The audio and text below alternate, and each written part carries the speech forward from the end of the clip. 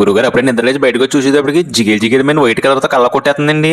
ఏంటిది వెరైటీగా ఉందని దగ్గరకు వచ్చి చూసి నాన్నగారిని అడిగాను.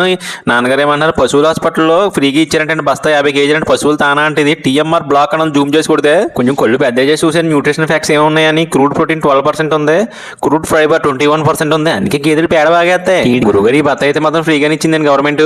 అయితే ఇంకా ఏమన్నా కావాలంటే కానీ రైతు భరోసా కేంద్రాలు ఆర్డర్ చేసుకోవాలంటే అండి ఇలాగ 50 కేజీల బత్త వచ్చి సబ్సిడీ మీద 325 అంటండి ఏపీ గవర్నమెంట్ నుంచి. అయితే ఓన్లీ అలా ఓపెన్ చేసి చూడగానే ఎండుగడ్డి, తౌడు, మొక్కజొన్న గంటలు అయితే క్లియర్ కనపడుతున్నాయండి. ఇంకేం కలిపి తెలియదు కానీ ఫస్ట్ నాన్నగారు దీన్ని గేదెకి పెడతాక రెడీ చేస్తున్నారండి. నేను కూడా పాకెట్కి వెళ్దాం రెడీ అయ్యి నాన్నగారిని దూరం నుంచి చూసి మన గేదెలు అర్థం మొదలెట్టినాయండి. మా దూడ మాత్రం నిన్న నుంచి వస్తుంది. ఏదో మళ్ళీ రెడీ అయిపోయి ఫోన్ ఇచ్చుకురండి. అమ్మగారు గేదెలు మంచి దగ్గర చూసుకుంటారు. అందుకే నాన్నగారు రాగానే పెడుతున్నాయి.